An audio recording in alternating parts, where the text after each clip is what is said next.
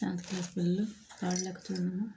In what time will rupees 45,000 amounts to rupees 63,000 if the simple interest is calculated 10% per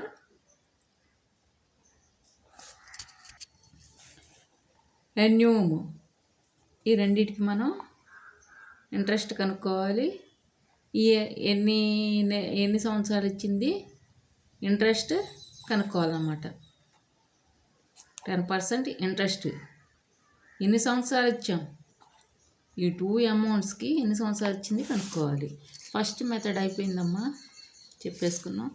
second method subscribe చేసుకుంటే మీకు లైన్లో వస్తాయి. Method 2 అనమాట. Given ఏ అంటే ఏంటి, amount is equal rupees 63,000.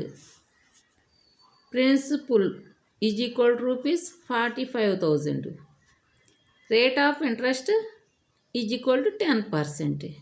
Time is equal to question mark. అంటే మనం కనుక్కోవాలి కదా, దానికి మనం ఏం చేసాం, క్వశ్చన్ మార్క్ వేసాం అన్నమాట. చూడండి, ఐ అంటే ఏంటి, ఇంట్రెస్ట్ ఈజ్ ఈక్వల్ టు ఏ అంటే అమౌంట్ మైనస్ ప్రిన్సిపల్. అమౌంట్ ఏది 63,000 మైనస్ ప్రిన్సిపల్ ఏంటి 45,000. అంటే సబ్ట్రాక్షన్ చేయాలి. ఈ రెండింటిని సబ్ట్రాక్షన్ చేస్తే ఎంత వస్తుందమ్మా, రూపీస్ 18,000 వస్తుంది. 18,000 వస్తుంది.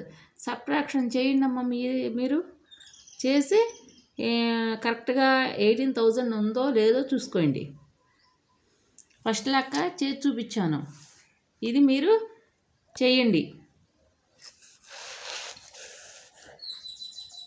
బట్ ఐ అంటే interest is equal to PTR, principal time rate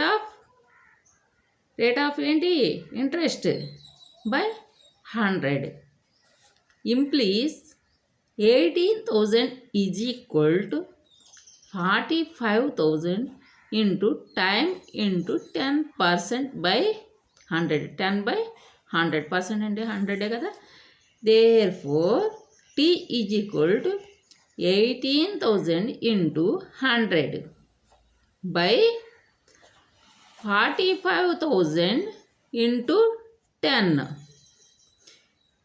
is equal to 4 years. Is equal to 4 years.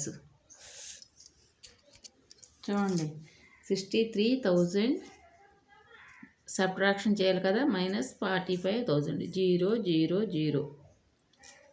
10లోంచి 5 తీసేస్తే, 10లోంచి 5 తీసేస్తే ఎంత, 5 5 3 8. మా అర్థమైందా, ఇక్కడ ఎంత మిగులుతుంది, 5 మిగులుతుంది. 5లోంచి 4 తీసేస్తే 1, 18,000. అదే ఈ 18,000.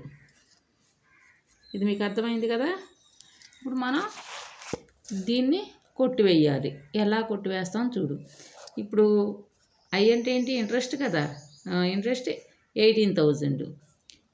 పి అంటే ప్రిన్సిపల్ 45,000 ఇంటూ టైం అంటే ఏంటి, ఎన్ని సంవత్సరాలు కనుక్కోవాలి.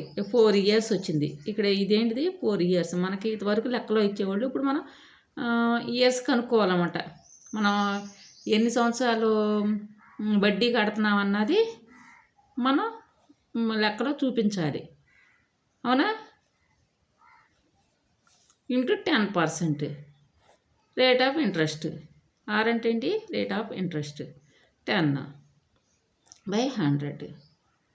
అర్థమైందమ్మా ఇది. దీన్ని మనం ఏం చేస్తాం, therefore time is equal to 18,000 into 100 45,000 into 10 is equal to, ఈ రెండింటిని మనం ఇప్పుడు చేయాలి.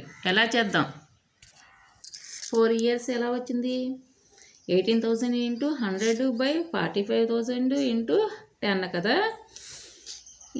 దీనికి కొట్టేసేయండి.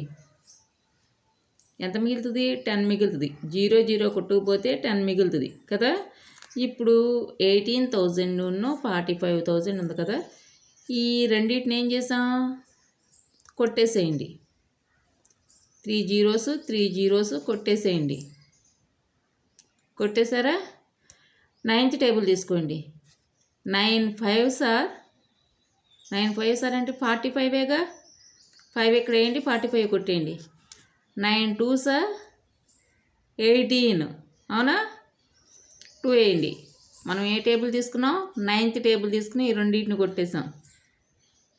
ఇప్పుడు ఇక్కడ ఎంత వచ్చింది? 5. 5 2s ఆర్ 10. 10 కొట్టేయండి. ఇప్పుడు 2 2s ఆర్ 4 years. అర్థమైందమ్మా? 4 years అన్నమాట. ఇదే లెక్క. టైం చెప్పాం కదా, 4 years. మనం టైంని కనుక్కోమన్నారు లెక్కలో, అవునా? 2 మెథడ్స్లో మనం చెప్పుకున్నాం. బాగా చెయ్యండి. మీకు ఏది అర్థమైతే అది అర్థం చేసుకుని చక్కగా చేయండి. 7th క్లాస్ పిల్లలు సబ్స్క్రైబ్ చేయండి అమ్మ. లైన్లో వస్తాయి. ఫస్ట్ది మెథడ్ రావాలి అంటే మీరు సబ్స్క్రైబ్ చేస్తే చక్కగా లైన్లో వస్తాయి.